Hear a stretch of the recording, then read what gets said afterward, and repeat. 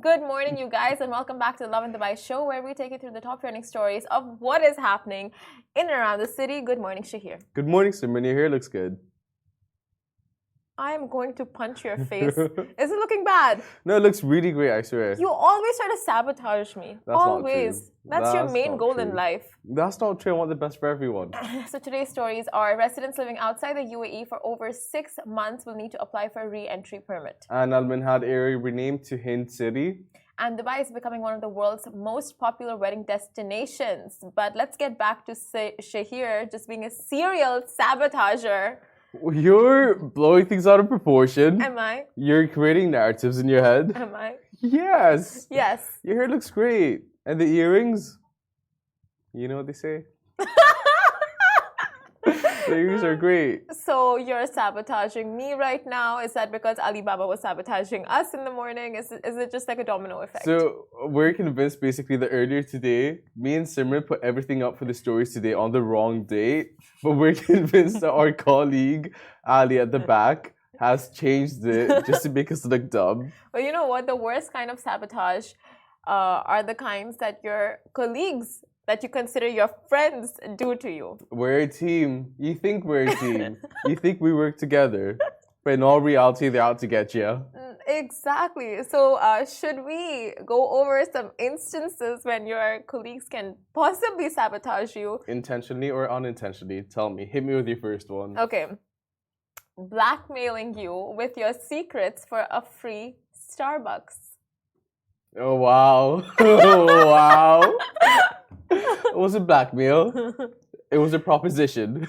Is that hitting close to home? It was a threat. It was a threat. Okay, what about... Whatever you call it. What about last-minute briefings, 10 minutes before you leave, and you think you're going home for the day, but really someone hits you with something and you have to stay an extra hour? That is so messed up. Yeah. There's a special place in hell for people like that. Yeah, that's a lot. Like, come on. Mentally, I'm prepared to leave home, be somewhere else, but no. It's like, get this done before you leave. Like, yeah. Anything else? The eye twitch, that's funny. What's your next one? Okay. So, asking the office where you are when they very well know you're going to be late for work. Oh, yeah, sorry.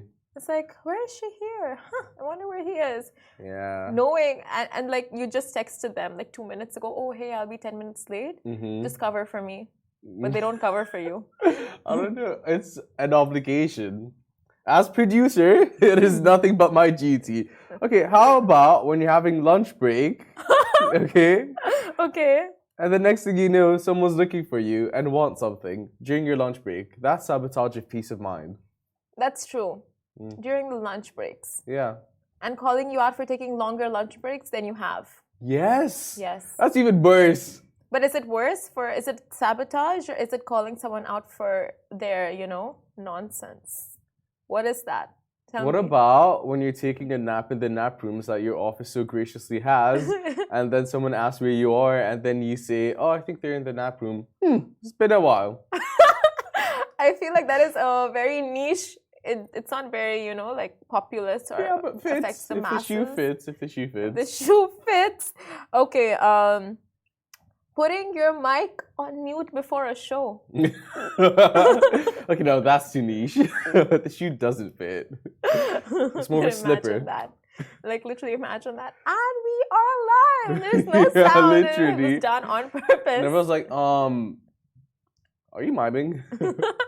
What about when you come up with a really great idea and you're like, boy, this is the one. You tell it to someone, and then that someone tells the next person. Taking credit for your presentation on ideas. Yes. Major sabotage. Wrong on so many levels. But how do you deal with that? Like, imagine, like, we come up with something. I mean, I come up with something, and like you take the credit for it in a presentation room. Yeah. Right? How do you tell people? How do you tell your colleagues? Like, no, wait, that was not his idea. It was my idea. Because it could be something quite innovative. It could be a game changer, and it could, even change your path in the office. Yeah. I don't know. It's a very difficult one to deal with. Like, you don't want a tattletale. The worst kind of sabotage are the ones where your credit is taken from you. I don't know. Yeah. Anyway, And then let us know, guys, how have your colleagues sabotaged you, or are you the sabotager? How does it work? And then there's also like, zooming in your face when they're taking pictures of you. Ooh, yeah, that's Yeah. a tricky one. That is a tricky one. What about?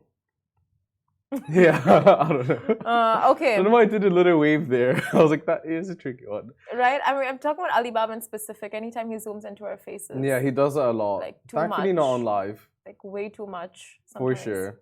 Like, stop it. For sure. Stop that.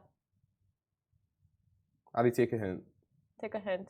I think this whole segment was just dedicated to Alibaba and his sabotaging ways. Anyway, tenacity for you. Employee of the month there.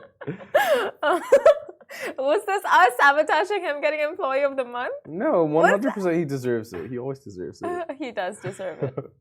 He so deserves it. That was funny, like how it just took such a U-turn for Alibaba. Now we'll jump into our first story. UAE residency visa holders staying outside the country for over 6 months will have to apply for a re-entry permit. Now residents will need to specify a reason for staying outside the UAE for that period and may need to provide proof of why they were out. And residents can apply for the service on the Federal Authority for Identity, Citizenship, Customs and Port Security (ICP) website. And the service is called Issue Permit for Staying Outside UAE for over 6 months and can be found under Smart Services. So the applicant can re-enter the country only after getting an approval email from the ICP. The approval process takes about 5 days, so be aware of that. Residency is typically cancelled automatically if the holder has been outside of the country for 180 days, but an exception is made for the people with golden visas who can remain abroad for as long as they need, and it wouldn't affect their visa situation at all. Exactly. Now, the new entry permit system is the latest in a string of changes to the visa and the residency system implemented recently. Now, the fees to avail of ICP services, including those to issue visa and Emirates IDs, went up by 100 dirhams earlier this month, and visit visas can no longer be extended within the UAE. Now, holders having to exit the country and come back on a fresh visa. So this is for those holding visit visas. And the ICP also recently standardized the fine on overstaying visas in the country to 50 dirhams. Tourist and visit visa holders who overstay will pay 50 dirhams a day instead of 100 dirhams.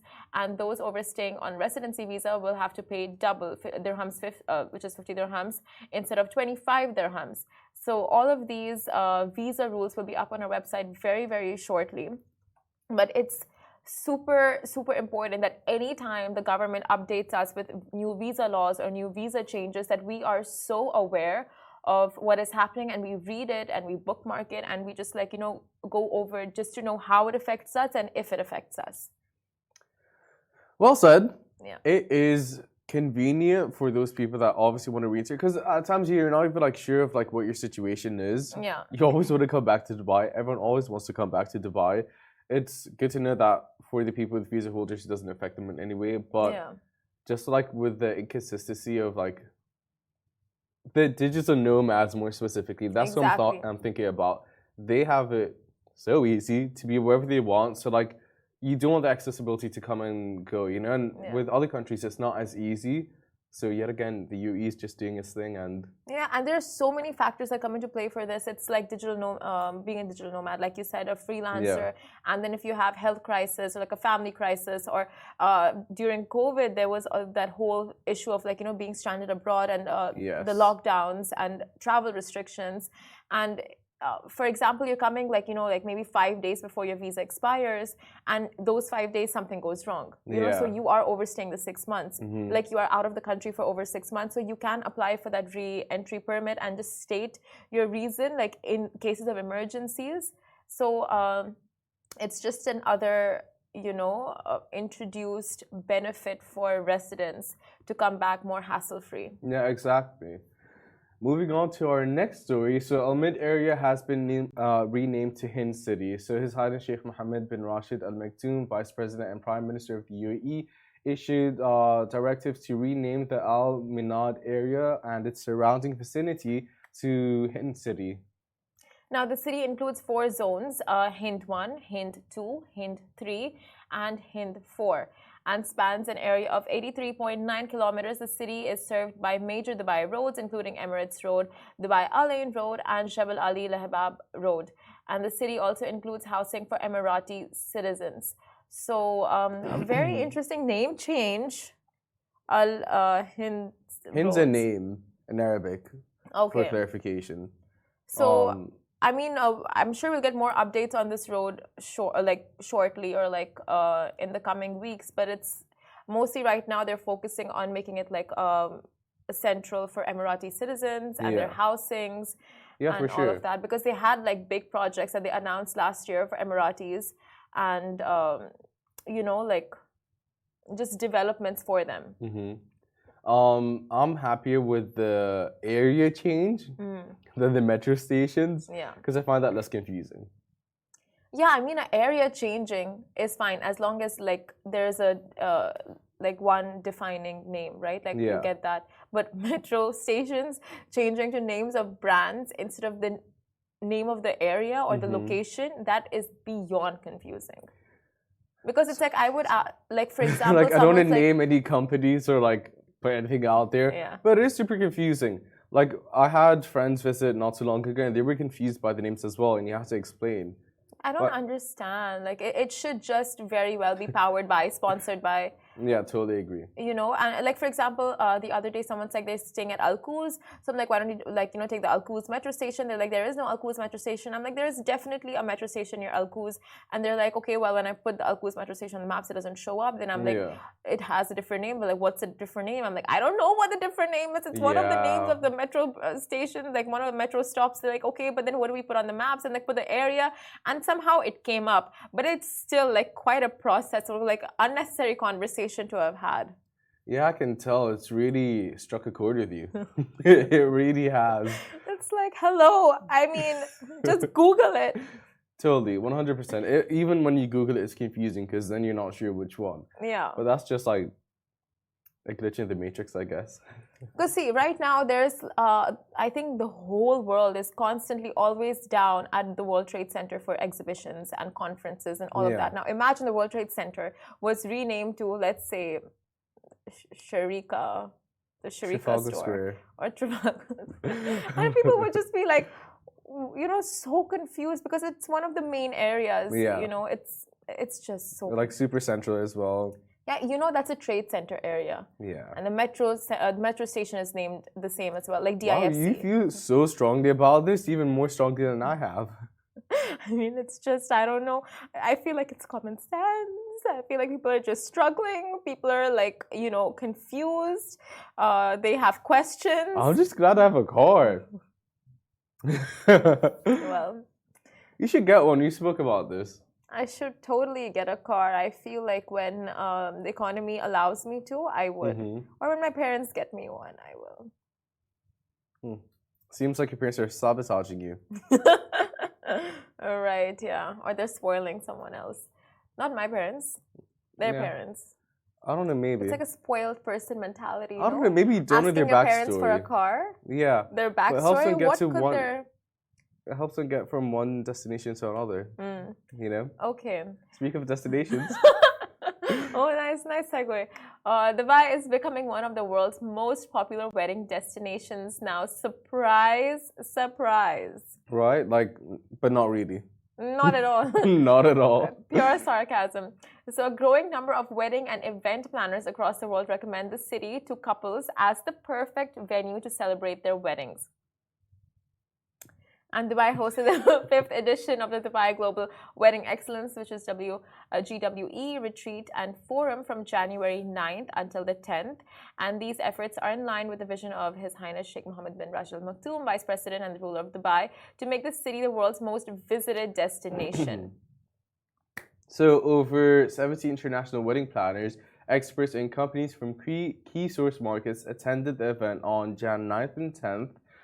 The retreat saw strong participation from Dubai, traditional and emerging markets, including countries from the Middle East, Africa, and Asia, as well as India, the UK, and the US. The event showcased 11 hotel groups in the city, including their new out of the box venues as well as 12 major wedding industry suppliers. And Dubai was named the #1 global destination for 2 successive years in the TripAdvisor's Traveler's Choice Awards. Okay, so if you guys were to get married, I am 100% sure Dubai would definitely be a consideration. Yeah, for sure, because A is cheaper. We live here. Yeah. You know, Yeah. it's not really a destination wedding for us, but almost every 5 kilometers down the road you go, that's a different destination. Yeah. So it would still be hard to pick a wedding venue here. Oh yeah, and they're just so if whatever, like they have a range. Whether you want to go all out, fancy, luxurious, Yeah. you have the hotel venues for that.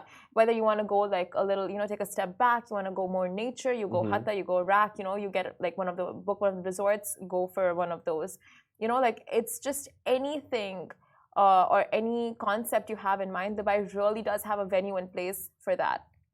Now, if we check the comments that you guys put up on the post, they are so good. People are just like, Dubai is truly a beautiful city for destination weddings. If you're thinking of the perfect place to bring your dream wedding to reality, think Dubai. Where would you have your wedding, Shahir? If you had a destination wedding? Because your home is Oman, so any place would be a destination for you, right? In Oman, any place would be a destination. No, I mean like within the city, because the beauty, whatever. Anyways, we're not on the same page. I'll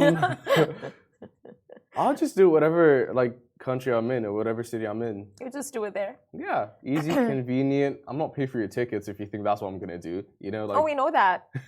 You don't need to say it. We know it. Yeah, don't sabotage my wedding. Oh my gosh. I'll just do whatever city I'm in. Honestly, it's easy, accessible. Whatever city I'm in is probably where where I want to lay my roots and everything. So that's where I'll have my people. My parents, they can fly out themselves. But yeah, you? I mean, all this while I'm like a destination wedding, Bali. But now it's like you think of it and you think of what kind of a hassle it is to do it in another country, get everything organized. Because how do you afford it? Yeah, exactly. I feel like you have to take out a loan. For a wedding, oh my gosh, imagine a lot of people do. Yeah. Is it worth it? I love big weddings. So I would say it is. But I guess it's not. But I guess it's what you want. If it's worth it to you, it's worth it. If it's not worth it to you, it's not. And you have to figure, how do you ship all the plates and flower arrangements to another country? Yeah, that's why you call it, I think, arrange. You don't ship all that. You get it arranged in that place itself. That makes more sense. A lot goes into it. I don't think wedding destinations are for me, but totally 1000% understand why destination weddings in Dubai specifically would be the ideal situation for other people. And especially for the bride and groom, right? They have to they have to transport all of their heavy suits and their whatever attire that they're wearing and the jewelry and then the customs and then this and that and baggage allowance. It's just too much. I don't know. I would think it's way too much. It's stressful. It's already it's stressful as is getting married and a wedding and then your guests and the preparations and then to do all of that in a different country. Yeah.